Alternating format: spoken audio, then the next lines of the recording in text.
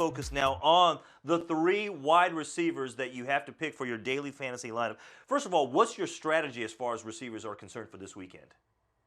So for me, with a 4-game slate, I want exposure to the top passing games, but I want to spread it out as much as I can with 4 good passing games going, at least matchup-wise and in terms of the quality of their quarterback.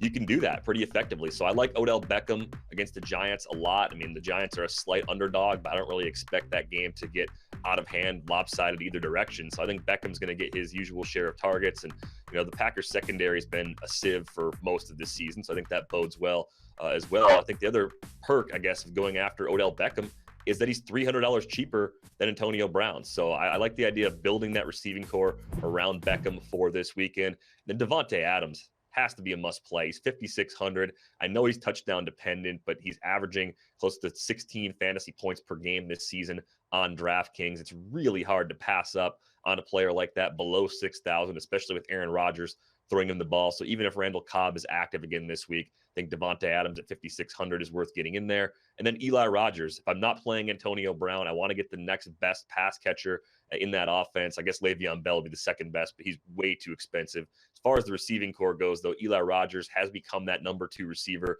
in Pittsburgh. And at 4,000 in a PPR setting, he's a bargain this weekend.